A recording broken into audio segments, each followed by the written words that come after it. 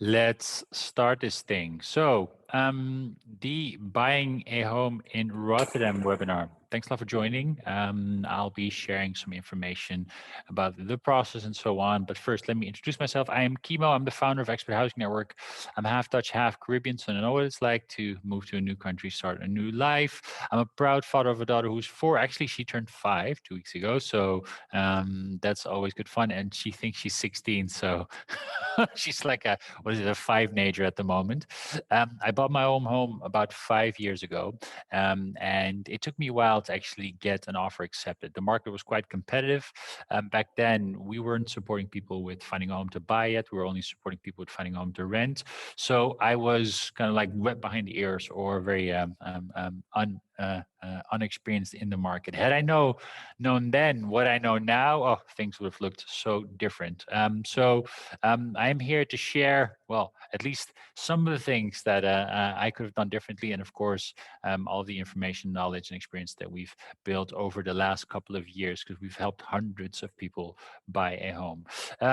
Today, we're going to talk a little bit about EHN introduction, the mind state of getting into the market, what you would need in savings, and tips to win in the current market. We'll high level touch on the timeline, and of course, there'll be time for Q&As. By the way, if you have a question, just pop it in the chat, right? I have the chat open on the right side.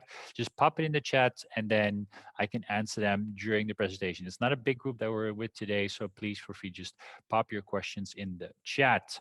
I believe greatness is achieved in the agency of others. What does that mean? That if you decide to move forward with us, you'll probably deal with one of my lovely colleagues. They now have more experience than I actually have with buying homes for people, so you'll be in good hands. Some more info about EHN. We're not traditional real estate agents, so we don't do it for the money, for the bricks, or anything like that. We do it to actually make you feel at home by helping you find and secure a home. We help with buying and renting. We don't offer selling services, so we are completely and exclusively focused on this part. And we charge a fixed fee. I can tell you a little bit more about that later. So no commissions. Why would you pay more to us if you're already paying more for the property? I don't understand why that is the case with some agents.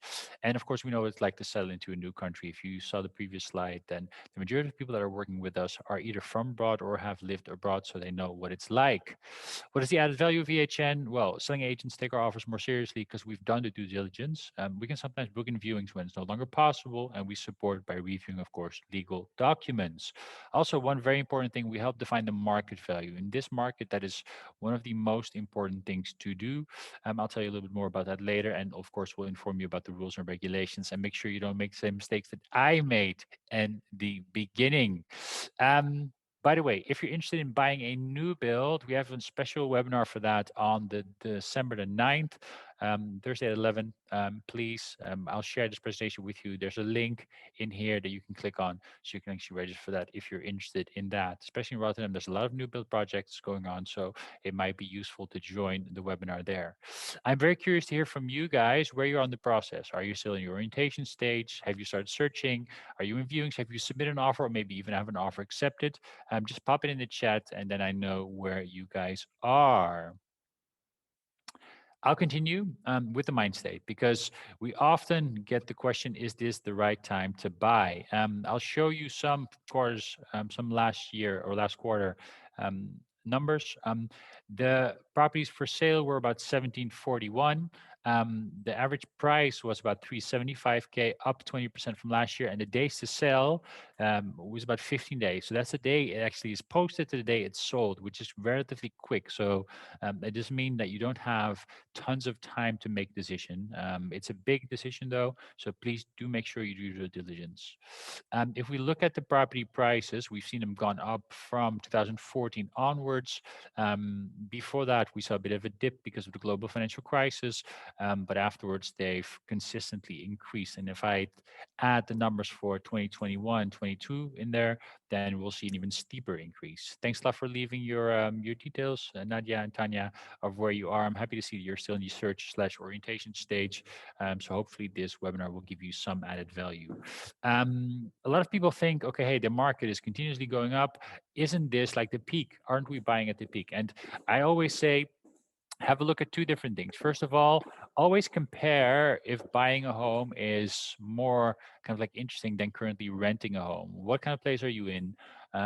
Is buying a home going to give you more kind of like quality of life in that sense, or is it just for the idea of buying a home? That's the first thing. The second thing is to look at market conditions and look at what's driving the prices up. Well, let me share with you several reasons why there's a kind of like discrepancy between demand and supply. Well, one of the first things is the fiscal benefits. So, if you look at the tax exemption rule that's been initiated at the beginning of this year, it means that people under 35 that buying properties up to 400,000 euros are free from paying tax. Transfer tax. That is 2% of the purchase price. We're going to seeing that money go back into the offers that people are submitting, so it drives the price up a little bit. Interest rebate means that you can deduct your interest of your taxable income at the end of the year. So it makes it very interesting to actually buy a home and get a mortgage. Mortgages are not free, but they've become cheap. Also, no capital gains. If you sell your property after a couple of years and you've made a profit, you can put that money back into the new property or use it for whatever you want to. So we're seeing that driving the price up a little bit as well. And then there's a tax-free parent donation, which means that parents are allowed to donate up to 100,000 euros tax-free to their kids if they use it for either the purchase of a property or the renovation of a property. Low interest rates are historically low, between 1.5 and 2%, compared to 5 to 10 years ago, where they were at 4, 5, and before 2000, they were actually closer to 10%. It is a very low interest rate at the moment.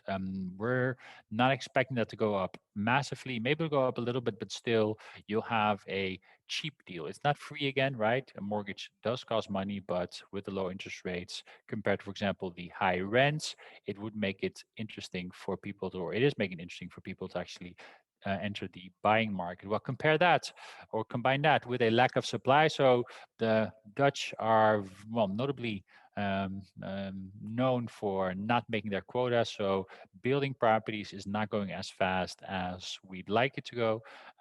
But I don't think that's the only issue. I think that the issue is that because it's so attractive to buy a property and because the rents are so high, people are driven more to the buying market than they are to the rental market. So if they would actually regulate the rental market a little bit more, we would probably see the decline or like the demand decline a little bit. But because of this, prices are going up, and I can see that they'll continue going up next year. Maybe double digits next year. The year after, maybe single digits. Either way, I think that they will go up for the foreseeable future. We're seeing that a lot of municipalities are trying to manage their housing stock and say, okay, hey, we want it only to be for people to live in, not for investors and so on. I don't think that's going to cause a big dent in the demand. I do think that it's still quite interesting to buy a home for now. And of course, if you buy a home, don't buy it for 2 or 3 years. Buy it for a little bit longer because you want to first of all enjoy it, of course, and you'll have costs that are related to buying a home. So you want to start earning some money on your property. And I'm not talking about the increase in value, but I'm talking about paying off your mortgage. So I think it's good to take into account these things because these fiscal benefits drive the prices up and they're not going to change anytime soon. We have a liberal government in place at the moment, and they don't like to touch their benefits because their constituency is either homeowner or home buyer. So what we're seeing is that this will not change anytime soon. There might be talks about it. There might be pressure from the EU to, for example, to lower the interest rebate scheme, but I don't see any like action from the government at this point. By the way, there is no formed government yet. They're still doing that with currently the pandemic. It might take a little bit longer to do that. And by the time it's installed and they're going to set up like new policies, we're talking about a year, 2, 3 years in. So please be mindful that I don't foresee any changes in the dynamics in the foreseeable future. Okay, so now we've got that out of the way. We're not at the peak yet. Even if we were at the peak, there might be a little bit of a dip at some point, but the dip doesn't have to be as crazy as the global financial crisis dip because the housing market looks much more healthy than it did back then. Back then, people could borrow up to 106, 110% of the actual value. Right now, you can only borrow 100% of the value. So that means that any cash you would need for the property to kind of like overbid a little bit has to come out of pocket instead of that you have to get a mortgage out. So now we're going into the part where we talk a little bit more about what you would need to actually buy a property, because buying a property comes with something we call purchase costs or closing fees. this is the overview. By the way, the presentation will be shared, so you don't have to take notes. What I'm going to highlight is the third column. The third column is the column that states if it's tax deductible. What does that mean? It means that you can deduct the amount that you're paying for this off your taxable income at the end of the year. This is mainly regarding mortgage related stuff. The government wants you to use specialists when it comes to mortgages. So they've said, okay, hey, we want to make it a little more attractive for you to get these guys in to support you, because you'll be able to deduct these amounts of your taxable income at the end of the year. Um, what I always do is I can like share or describe two groups. One group is the group that has to pay transfer tax, and the other group is the group that doesn't have to pay transfer tax. Like I mentioned, if you're below 35, buying a property up to 400K, you don't have to pay transfer tax. Group, that's this group. And then like roughly take into account that you'll pay about 3% of your purchase price towards closing fees. If you do have to pay transfer tax, then you'll pay about 2% of your purchase, or 5% of your purchase price towards the closing fees. These are the amounts, so please take them into account. By the way, you don't have to have these at the start of your search. You have to make sure you have this money before you get the keys to your property, because it has to be transferred to a notary. Okay, several tips to win in the current housing market. So, value, value, value is the one and the foremost important thing. Let's look at this property. This property is on the market for $395. It looks nice. It is nice, and it might be nice to live in. If we look at agent one, right, who puts the property up for $395, the property value, however, is $415. I've put this in green because this is important. This is the amount that the bank will give you. They're not going to give you this, and they're not going to give you this. Let's say somebody buys this property for 435. A lot of people are asking, how much should I bid over asking price? And we always say, don't look at the asking price when it comes down to your bid, because it messes up things a little bit. Let's say this property was sold for 435. The difference between asking price and purchase price is 40K, which is about 10%. And then the difference between market value and purchase price is 20K, which is about 5%. Now, let's look at agent number two. Same property, but he puts it up for 375. How can he do that? Because the agents are free to set the asking price, right? If he's a little bit more opportunistic or scared or name it, he can put the property price or asking price up closer to the value or further from the value. Let's say this agent puts it up from further from the value. The value, however, doesn't change, right? So it's still 415. If somebody would purchase it again for 435, then suddenly this narrative changes, because people are offering 60K over the asking price, which is 16%, versus the actual 5%, which is the difference between market value and purchase price. If everybody starts to use this narrative, everybody starts paying 16, 20% over the asking price. We always look at market value. Market value is defined by looking at similar properties sold in the last 6 to 12 months. So if you see a property that's one bedroom, has a garden, don't compare it to a 4-bedroom property with a roof terrace, right? Compare it to a property that's similar in a similar area, that was sold the last 6 to 12 months. It is a bit of a puzzle. I can share with you. Let me share with you the something we call kadastra.nl. That is where the majority of the purchase prices are displayed. It is a bit of a puzzle getting them together, also taking into account what the criteria are that add or deduct value. We're more than happy to actually support you with that. So, okay, look at market value. Don't look at asking price. That's the first and foremost tip that I can give you. Second is the winning offer. So a winning offer is a good price, but it's not always the highest price. If we look at this overview, right? Let's say you have this property in mind. The market value is 415. You only have 20K in savings. Let's say you want to submit an offer for 450. If the selling agent finds out that you don't have more money to actually put up towards the property, he's not going to go for you. If you haven't done your due diligence and you don't know what this amount is, the market value, then you might end up spending more on a property than you actually can, and it will fall through. So offer a good price that is realistic, not always the highest price. Then security to the seller. The seller will want to know that you're going to move forward with the deal once you've actually submitted that offer. So share a little bit more about your state, share a little bit more about your financials, about the fact that you've dealt maybe with a mortgage advisor, but also figure out if you want to, for example, keep the finance clause in. The finance clause gives you the right to pull out of the deal if you don't get a mortgage. Sometimes if you deal with a mortgage advisor, broker, they'll be able to give you almost certainty on whether you're going to get that mortgage or not. If you, for example, then have an offer with a financial clause versus an offer that doesn't have a financial clause, the selling party might often go for the offer that doesn't have the financial clause. Why? Because otherwise, he would have to wait for a couple of weeks after the offer is accepted and the purchase contract is signed before he knows that you're actually going to move forward. Please, like this is a good and important part, don't take out that clause without having consulted with your mortgage advisor and agent. Then there's one other thing, offer the least amount of hassle. So if you move into a property or you want to submit an offer on a property and you want all things done to the property, you want to have the walls painted, this and that done, it might not create the best offer on the table. Also, maybe another example is if the seller wants to move out the 1st of March and you really want to move in the 1st of February, well, you better be coming with a good offer, because otherwise the seller might be well, dissuaded to actually move forward with yours because he has to like find temporary accommodation, move his stuff out, store his stuff, then find a new accommodation. So it's not ideal. So take into account what is important for the selling party. Then, last but not least, offer a personal touch.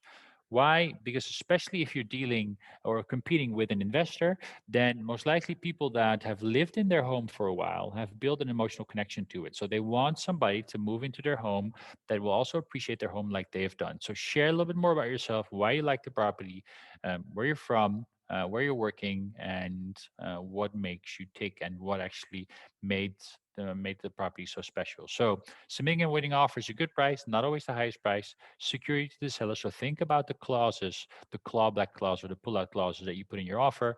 Offer the least amount of hassle. Just take into consideration what is important for the seller and share a little bit more about yourself.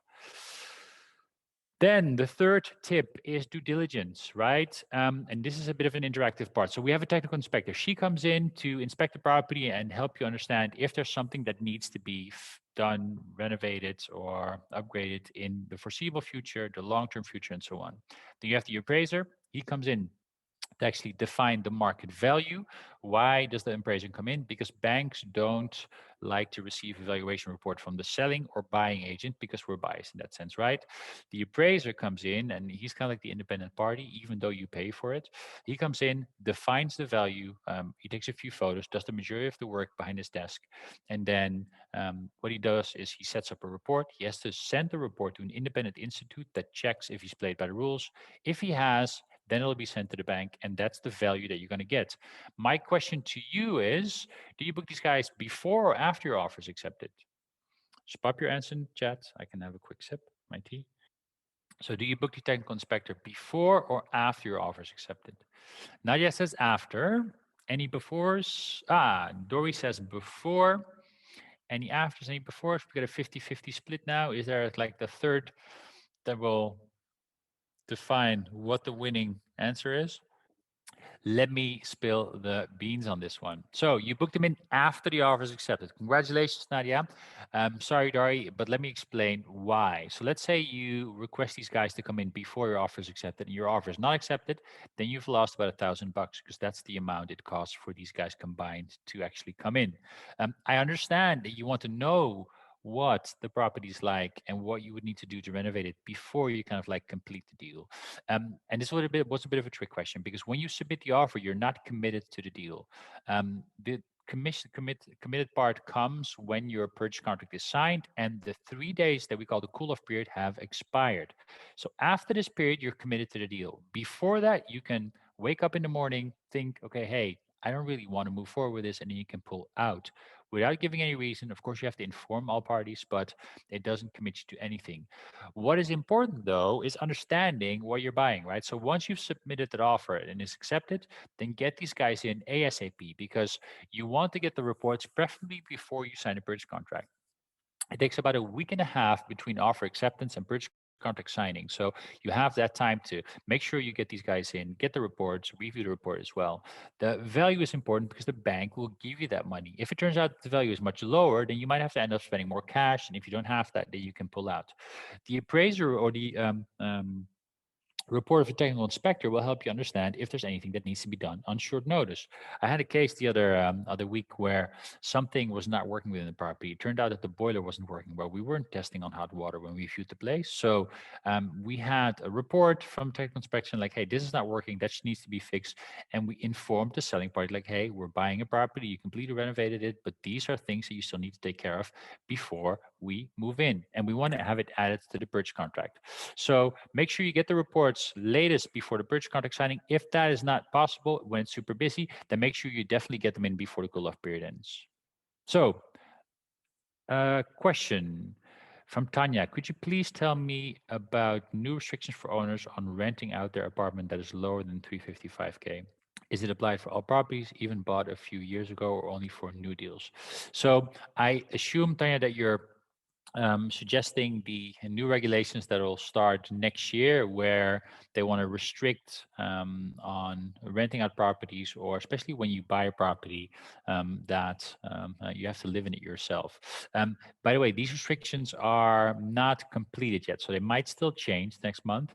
But what is important is that the Rotterdam housing market wants to protect their own a little bit. So they want to protect the housing market from investors coming in and swooping up properties and just renting them out, because that drives your prices up. Investors sometimes have more to spend.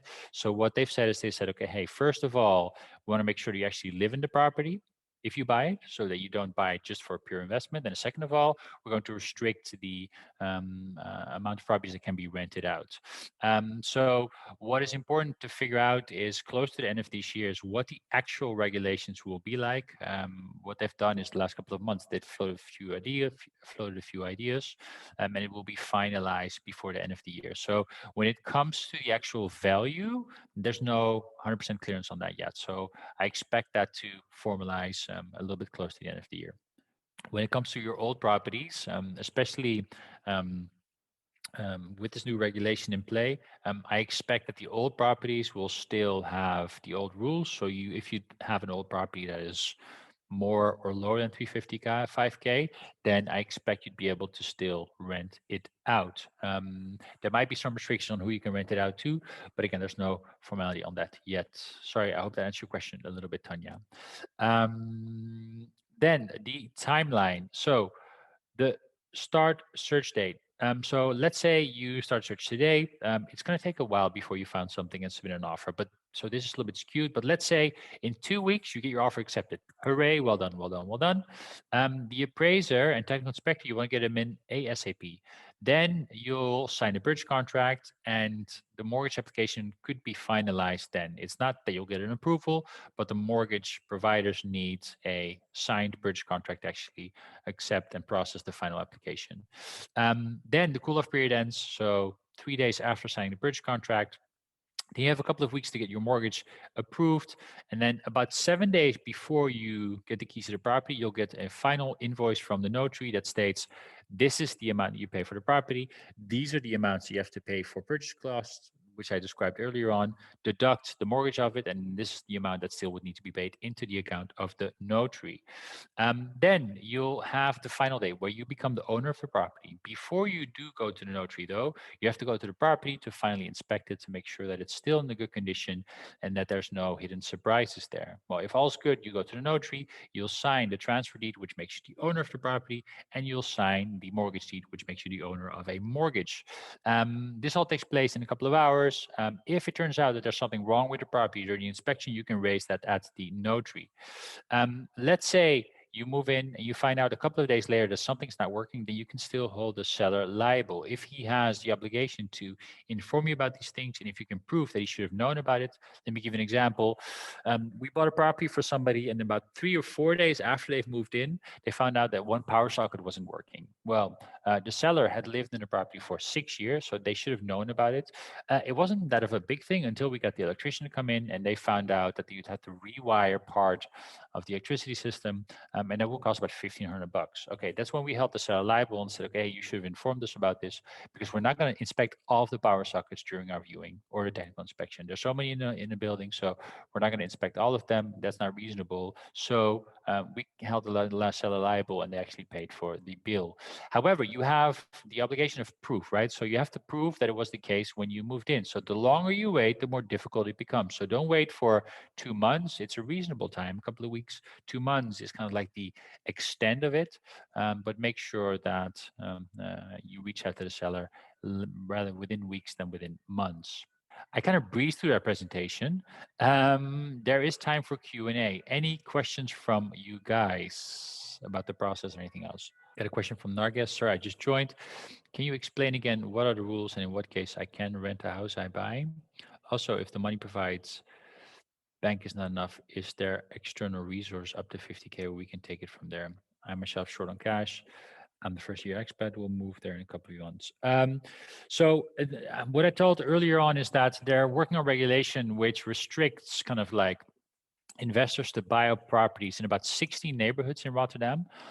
What that means is they're going to make it mandatory to actually live in the property. So what I would do is if you want to buy a property and rent it out directly, then first of all, you have to take out a different mortgage. You'd have to get an investment mortgage out and the interest rate's a little bit higher. You have to come up with your own cash.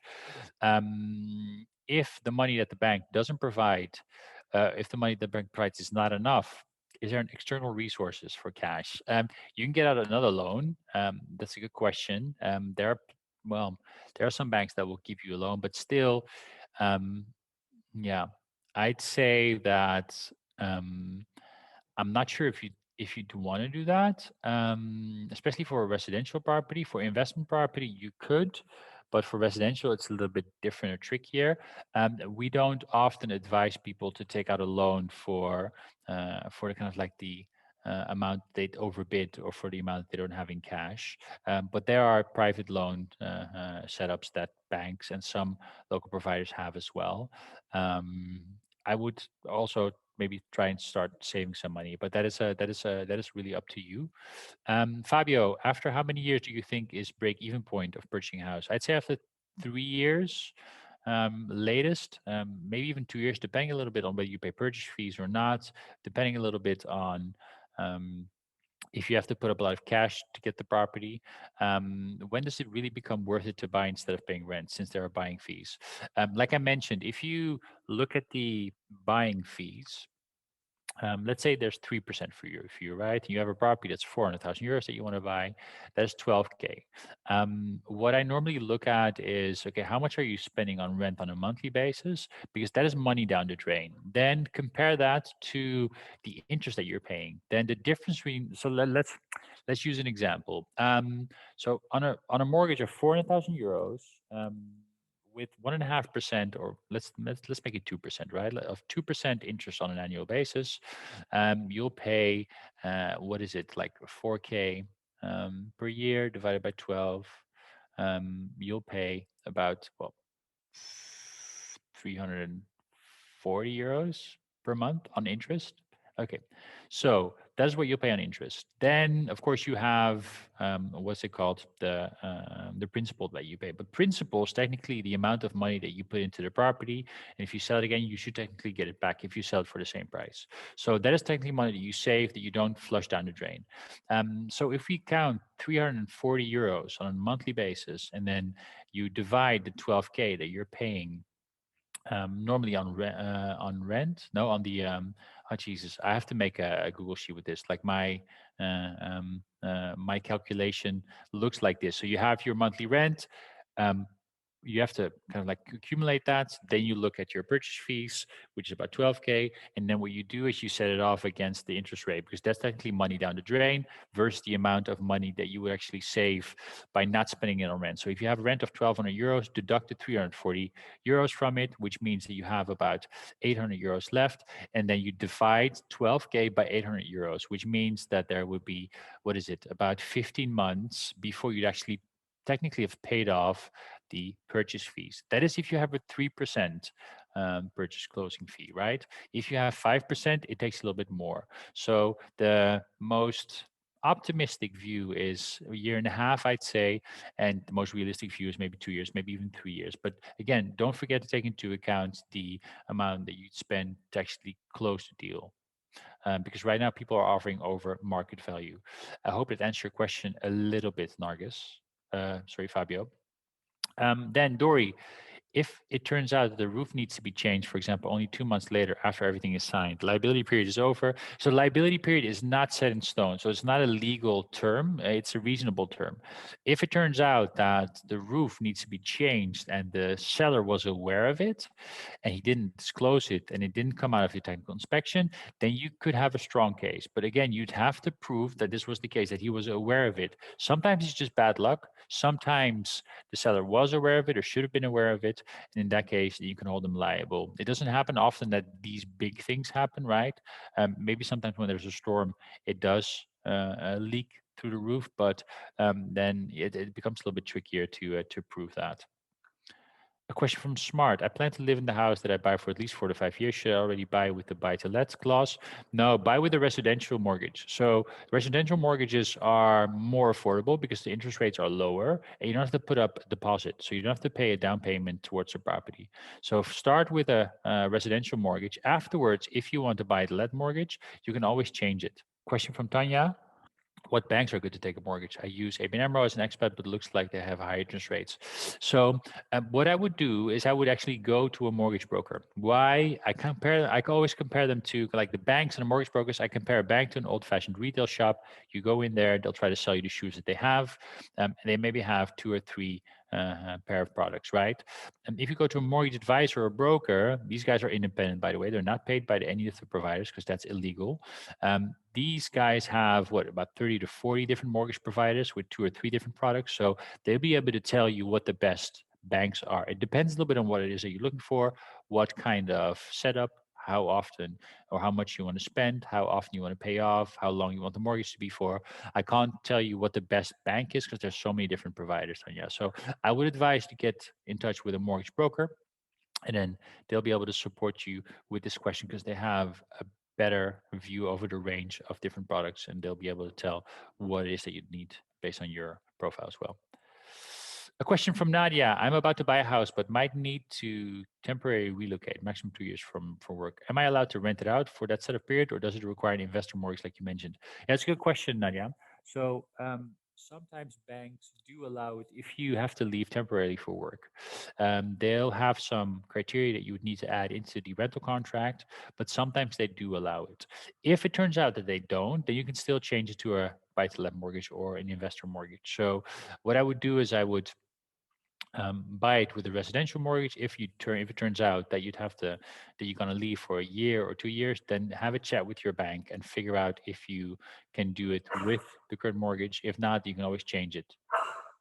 Bless you. Any further questions? Smart. As any special things I should consider and be mindful about, given the fact that I don't speak, read, or write Dutch? Yes. Make sure you understand what you're signing. The final contracts will be signed with an interpreter. This is where we come in, so we can actually support you with helping you understand what you're signing up for. We'll go over the contracts together. We'll make sure we pick a notary that actually also offers English translations. One other thing is that when you buy a property, you'll do your due diligence, right? So the property comes with property documents. Most often, these documents are in Dutch. So understanding what the seller knows about the property, what the owner association, if you buy an apartment, for example, has discussed about the property. What is important is actually understanding, what the condition and what is going on in and around the property. And most often those documents are in Dutch. So if you don't want to use an agent, that's fine, but have somebody that understands those things. So I would definitely get somebody on to support you with those things. Smart.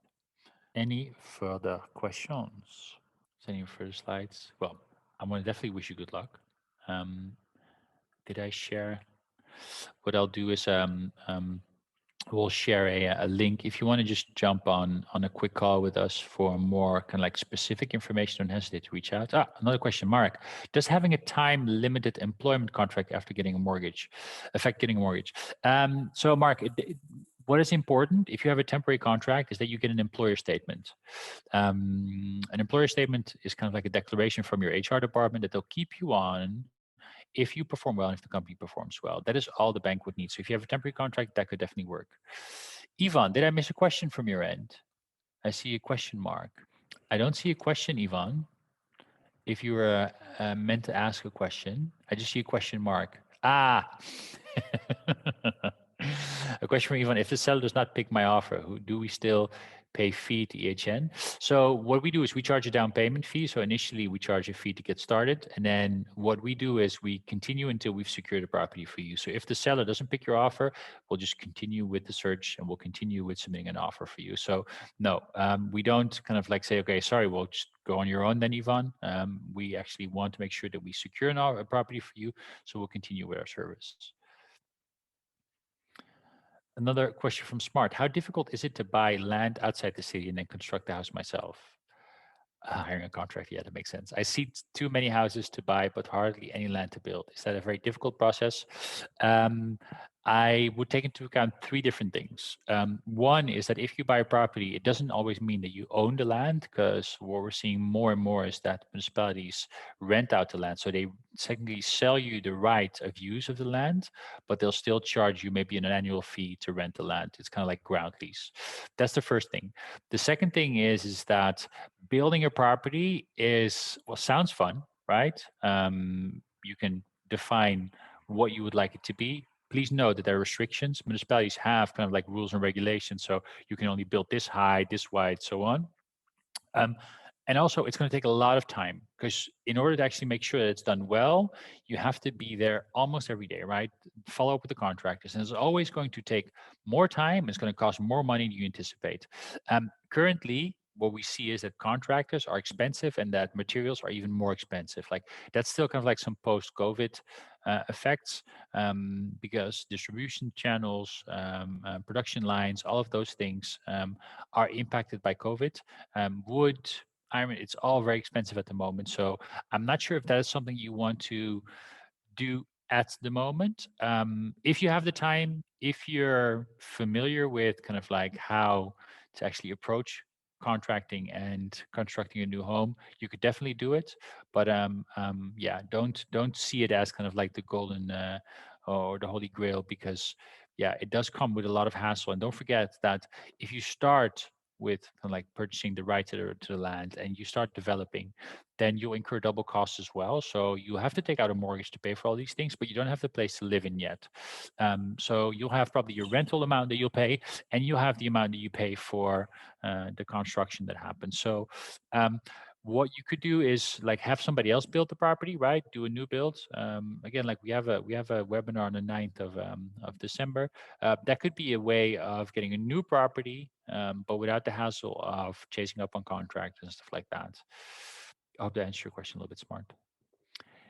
Any further questions? Yes, from Tanya. I see on some building sign, slope ons niet.